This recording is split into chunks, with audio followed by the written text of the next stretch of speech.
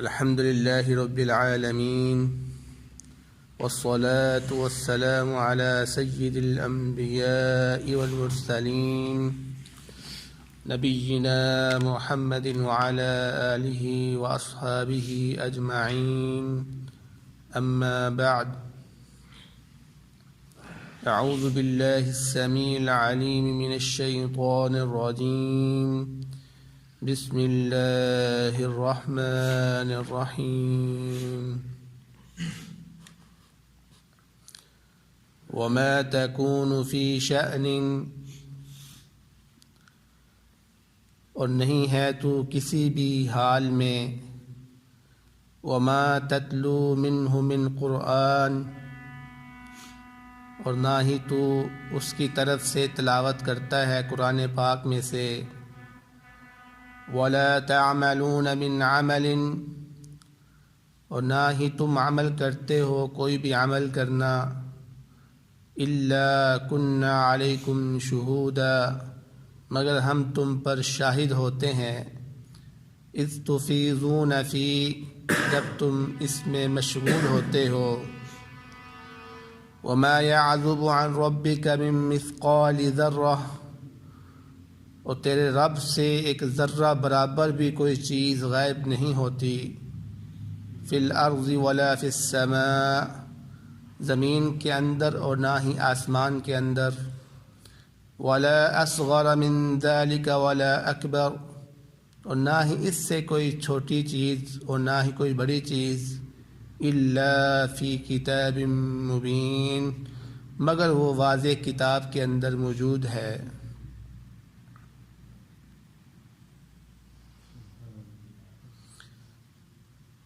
سورۃ یونس کی آیت نمبر 61 آپ کے سامنے تلاوت کی گئی ہے۔ اس آیت مبارکہ میں اللہ رب العزت پہلے نبی صلی اللہ علیہ وسلم کو خطاب کر کے پھر تمام لوگوں کو مخاطب فرما رہے ہیں اور ان کو یہ تسلی دے رہے ہیں کہ تم جو بھی عمل کرتے ہو خواہ وہ چھوٹے سے چھوٹا عمل ہی کیوں نہ ہو اللہ رب العزت اس کو دیکھ رہا ہے۔ اللہ رب العزت تمہارے ہر عمل کا گواہ ہے، اس لیے تم پریشان مت ہونا کہ میں نے یہ چھوٹی سے نیکی کی ہے یا میں نے نیکی کرنے کی نیت کی تھی لیکن مجھ سے نیکی نہیں ہو سکی تو مجھے پتہ نہیں اس کا عمل کا اجر ملے گا یا نہیں ملے گا۔ اللہ رب العزت مومنوں کو مسلمانوں کو اپنے بندوں کو تسلی دے رہا ہے کہ تمہارے چھوٹے سے چھوٹے عمل کی بھی میں گواہی دوں گا اور تمہیں اس کا اجر دیا جائے گا۔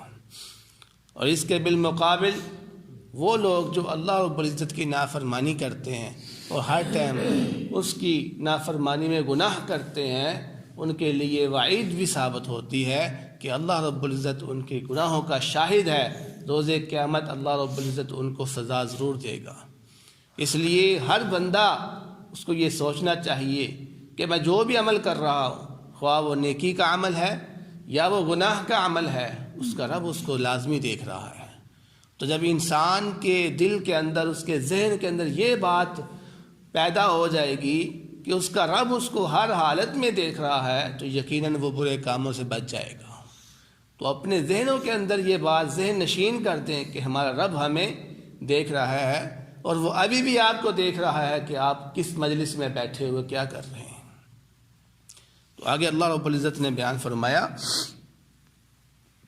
وَمَا يَعْزُبُ عَنْ رَبِّكَ مِن مِّثْقَالِ ذَرَّةٍ فِي الْأَرْضِ وَلَا فِي السَّمَاءِ اس آیت سے ان لوگوں کا جو کہ اہل فلسفی ہیں اور وہ یہ ارادہ کرتے ہیں کہ اللہ رب العزت صرف موٹی موٹی چیزوں کو جانتا ہے، چھوٹی چھوٹی چیزوں کو جانتا نہیں ہے۔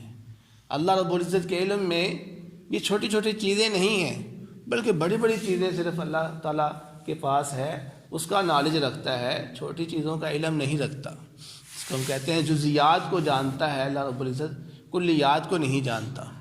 تو اللہ رب العزت اس آیت مبارکہ میں ان لوگوں کا بھی رد کر رہے ہیں اور فرما رہے ہیں کہ دنیا کے اندر اگر کوئی ذرہ برابر بھی کوئی چیز ہے تو اس کو بھی تمہارا رب جانتا ہے۔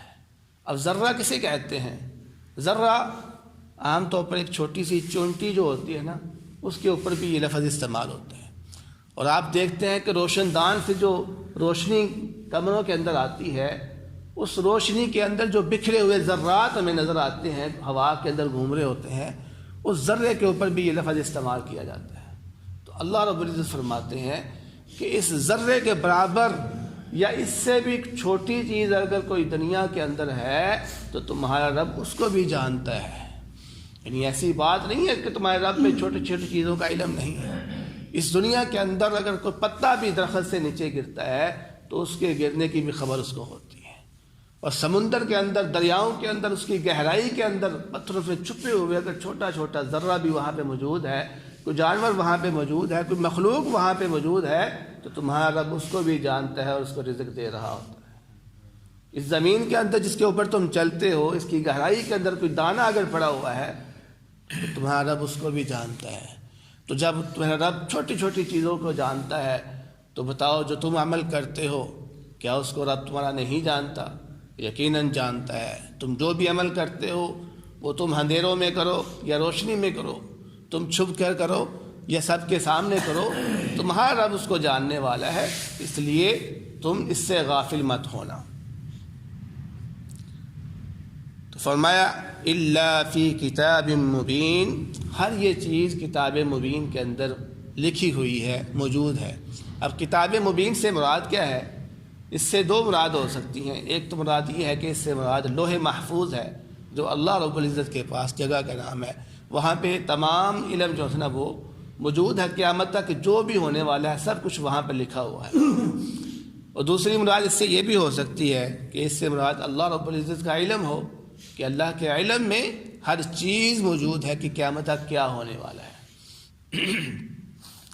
آگے اللہ رب العزت فرمایا الا سن لو ان اولیاء اللہ، بے شک اللہ رب العزت کے جو دوست ہیں، لا خوف علیہم، ان کے اوپر کوئی خوف نہیں ہے، ولا هم يحزنون، اور نہ وہ غمگین ہوں گے۔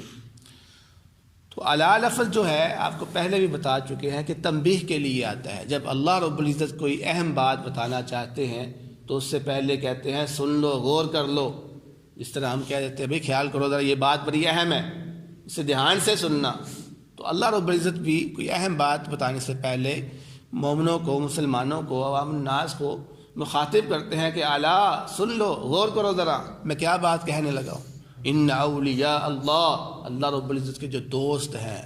اولیاء، اولیاء کسے کہتے ہیں؟ ولی کی جمع اولیاء ہے، اور ولی کا جو معنی ہوتا ہے وہ قریب کا ہوتا ہے، یعنی اللہ رب العزت کی قربت کو حاصل کرنے والے۔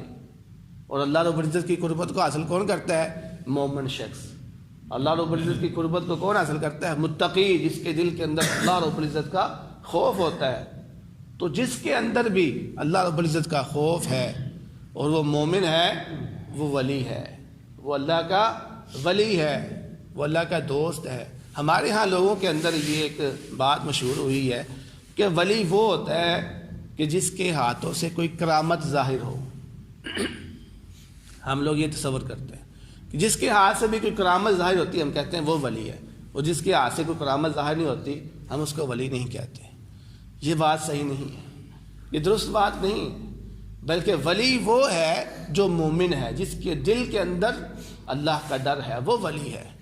کرامت کا ہونا یہ شرط نہیں ہے، کرامت کا ہونا یہ شرط نہیں ہے، کیونکہ کرامت یہ ولی کی مشیت سے نہیں ہوتی، ولی کی مرضی سے نہیں ہوتی، یہ اللہ رب العزت کی مرضی سے ہوتی ہے۔